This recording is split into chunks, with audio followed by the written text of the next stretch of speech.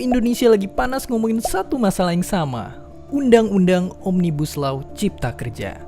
Di jalanan rakyat turun demonstrasi, di media sosial kita perang melawan misinformasi, dan pastinya di tengah-tengah kekacauan ini banyak orang jadi bertanya, kenapa pemerintah bersikeras pengen nerapin undang-undang ini?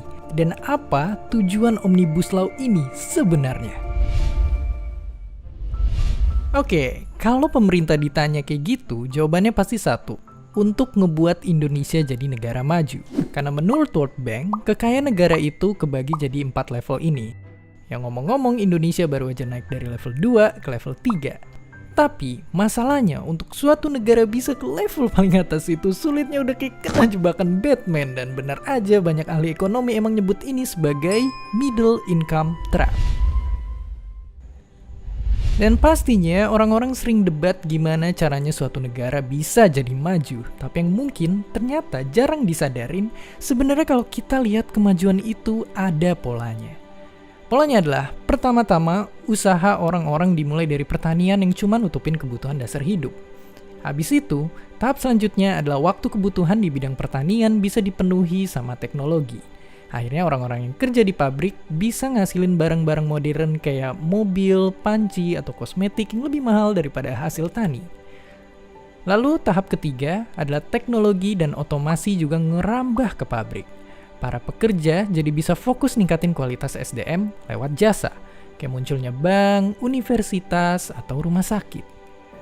Dan menurut kalian, di mana posisi kita sekarang? Iya, kota-kota besar di Indonesia lagi ada di sini.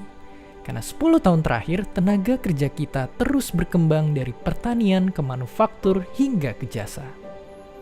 Dan kalau kita ngelihat sejarah, banyak negara berkembang termasuk kita bisa naik level dari level 1 ke level 2 karena negara-negara maju memperkerjakan buruh untuk produksi dan ngekspor barang-barang industri.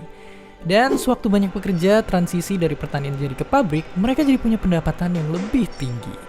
Naik gaji bikin belanja jadi hobi, hobi belanja bikin bisnis lokal berjaya. Begitu terus berulang-ulang sampai semua orang tambah kaya.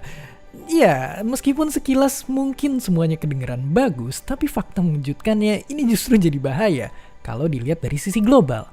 Karena di negara berkembang kayak kita, upah buruh yang kompetitif justru jadi senjata. Karena kalau upah kita ketinggian tapi skill kita gitu-gitu aja, negara-negara maju jadi lebih milih mempekerjakan buruh negara lain yang upahnya lebih murah. Dan ngerinya,